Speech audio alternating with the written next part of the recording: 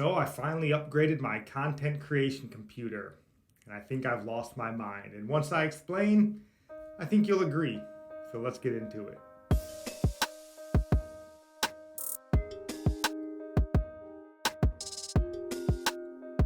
Yo, what up YouTube? Crash Wilcox, and if you're familiar with this channel at all, about a month and a half ago, maybe 2 months ago, I had talked about making a video about my upgrade of my content creation computer. And that computer originally started out when I built it as a Ryzen 9 3950X with a Radeon Pro W5700 GPU. It was very nice, 64 gigs of RAM, 2.5 terabytes of Gen 4 storage, just really good computer. And then about, 6 to 8 months ago, I upgraded the GPU, and it was more of a lateral upgrade to a Radeon Pro W6600, kind of because I wanted to see what it was like, wanted to take advantage of the ray tracing that came with the 6000 series. So that took me up until about 2 months ago or so. And at that time, I decided to kind of make a big switch and went to Intel. And that was my original plan to make this video. I swapped over to a i7 12700K and got a B660 motherboard. The intention there was maintain or continue using the DDR4 RAM that I had until DDR5 prices came down. Then I would just do a motherboard RAM upgrade. And then I also replaced the Radeon Pro with a RTX 3060 Ti. And that's sort of where it was up until about 3 to 5 days ago. I don't remember, time flies now. And that's what we're going to talk about today and why I think I might have lost my mind. So the point of this video, though, I just want to lay this out, is not to talk about my upgrade necessarily. We will talk about it and why I made the decisions I made, but it's more about your upgrade because we're all going to be in the process of upgrading at one time or another. So this is going to be more about you and everyone else, right, down the road. So if you allow me to explain all that, I'll get into what I'm upgrading to and then why and how it pertains to you. So without further ado, I'm probably going to explain why I'm crazy. Although I don't think I'm crazy, but that could be what all crazy people think. Anyways, what I swapped to, the 14-inch base model M1 Mac Pro. So this is the base model. Yeah, so when I say base, I'm talking, this is the 8-core GPU, the 8-core CPU, 14-core GPU. I went from 64 gigs of RAM to 16 gigs. I went from really 4.5 terabytes of storage to 512 gigabytes of storage. So that's what this is. And if I can explain, I'm not going to go through benchmarks here because it's the M1 MacBook Pro. There's probably a trillion benchmarks on YouTube right now that you can look at. You know how well it performs. I more want to explain why this is what I went to. So everybody's life is different, right? And when I upgraded from the 3950X to the 12700K, it was great. Wonderful computer, super powerful. The 3060 Ti is essentially the equivalent of a 2080 Ti when you look at the benchmarks, and it performed wonderfully. But aside from this channel here, me and my wife run a podcast, and that podcast can run long, right? We're talking 2 hours at the very long end. Usually it's about an hour.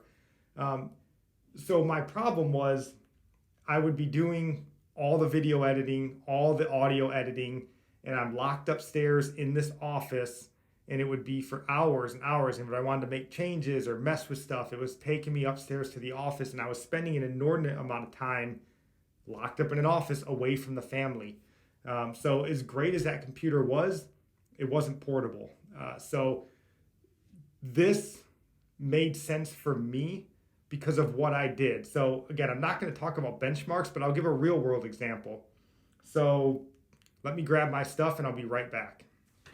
All right, so for the real world example, we recorded our podcast to this, And just in this one little MacBook, base model, 14-inch, and I will say I did get it for a deal-ish.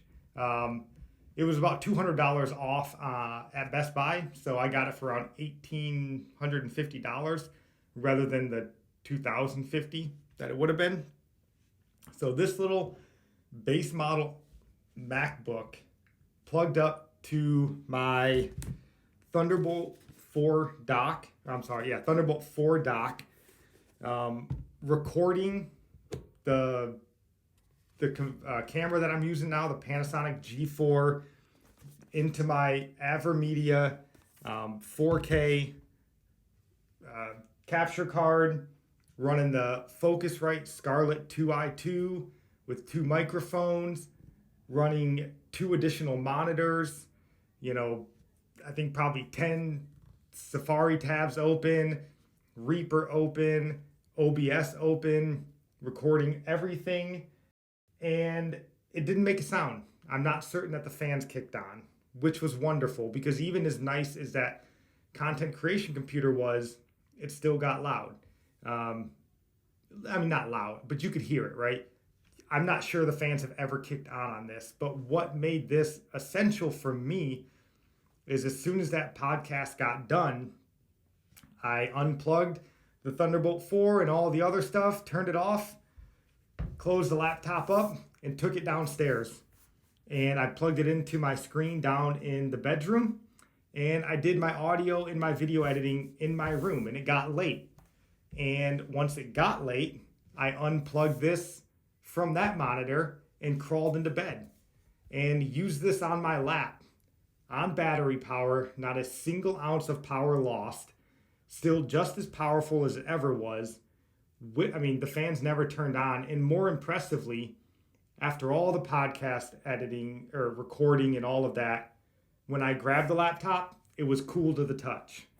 When I did the video editing and the audio editing down at the computer in my bedroom, picked it up, it was cool to the touch. Took it to my bed, worked on the video editing in Final Cut Pro, and maybe 45 minutes of video editing there, closed it up, and it was cool to the touch. The fans never turned on. So did I lose my mind? Yeah, probably. I gave up a beast of a computer for, it's not in the same ballpark. It's a powerful little laptop for sure, and it's great. Nowhere near the power, I'm not going to say that. But for my workflow and what I need to be around my family, this makes perfect sense, and it's made my life so much easier. So just the last few things that I picked up to make my life easier with this, because it is only a 512 gigabyte SSD. I think you spelled out. But I picked up a Samsung T7. This again is just the 512 gigabyte or 500 gigabyte external SSD. Got this refurbished from Best Buy for $50. And then I picked up a little UHS 1 Samsung SD card, a 512 gigabyte. So I've got 1.5 terabytes of storage, and it's a bit inconvenient. But that inconvenience is nowhere as inconvenient as it was for me being locked up in this office for 5 to 6 hours at a time. The little Samsung drive, it's slow, but I just keep files and photos on here, and you'll never notice the difference. I keep Reaper, because God bless Reaper for a DAW. It fits on this, and it runs, and you wouldn't know any different.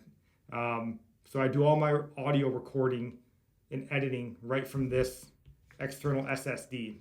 So that's what I did. If you care to know about the MacBook, please feel free to reach out to me and ask questions. I'll be happy to answer them. But why I wanted to make this video about my little setup and why I went the route I did is because I'm concerned for you. Because when you watch the benchmarks and you listen to the tech reviewers, the big ones, the MKBHDs or HBD, I don't remember, the Linus, these guys, and they talk about what a product can do, it's always so over the top. But when you hear it, it makes you think, man, maybe I need it, right? I was watching MK and he's talking about, well, I can run 6 tracks of 8K B-RAW through the M1 Max and it's chewing through it. Great. Great. You're making a 10-minute YouTube video. You don't need 8K footage. It's absurd, and no one should ever think that they would need that unless you're MK or Linus and companies are just throwing every piece of high-end gear at you that they can. Then sure, use it. But for me and you, you're recording 4K, maybe, 1080p probably, and when you're editing, it's maybe 1 or 2 tracks, maybe some video game highlights. You don't need that. So when you're looking at these high-end reviews and the RTX 3090s, and now you got, Ryzen 7000s on the way, you got Intel GPUs are on the way, and all these different things, the MacBook, the M1 Ultra, MacBook Studio, and they'll tell you, you can make a Hollywood blockbuster on it. It'll chew through. You don't need it. And that's my point. Your workflow is completely different than what they're presenting to you there. So for me, yeah, I don't really get the game anymore, and that's a bit of a bummer, but we got an Xbox. And there's more powerful laptops. I got rid of my Lenovo Legion 7i for this as well, because as powerful as it was, it's the loudest laptop. It makes a vortex in your room with the air it sucks in. This doesn't make a single sound. It's amazing. So, your workflow is going to look a little bit different, but don't be convinced that, oh man, somehow I got to get this new RTX 3000 series. If you got an RTX 2000 series and it's still working for you, keep it. Save the money, man. Invest it. If you still got a Ryzen 3000 or 2000 CPU and it's working for you, keep it. If you need a laptop of some sort, be smart about what you need. It's great that something like an M1 Max can chew through 8K footage. This base model M1 Pro, it chews through everything I could throw at it, because what I throw at it is some audio, a track or two of 4K footage. I render out generally at 1080p. This is going to be everything I would need for the next 2 to 3 years. Now, I'm too stupid to keep it for 2 to 3 years, but it could, right? So that's kind of the point of why I wanted to make this video. Benchmarks are awesome, but they're misleading. And if you're susceptible to marketing, you will convince yourself that somehow what you have isn't good enough. So maybe what you need is just to clear some junk off your computer. Maybe get a fresh install of Windows in. Maybe upgrade the hard drive and upgrade the RAM, something like that. And then save some of that money, because by and large, us average Joes, right, making a YouTube video, you don't need an RTX 3090 and a 12900K. You don't need an M1, Ultra MacBook Studio or a Mac Studio. They're overkill. So that's my point here. But if you guys want to see specific benchmarks or anything with this, want to know how I use it, how it works, man, please reach out to me and let me know. I love to engage with you guys in the comments. But that's me. And if you don't want to, because I'm nuts and you're afraid to talk to a crazy person, I get that too.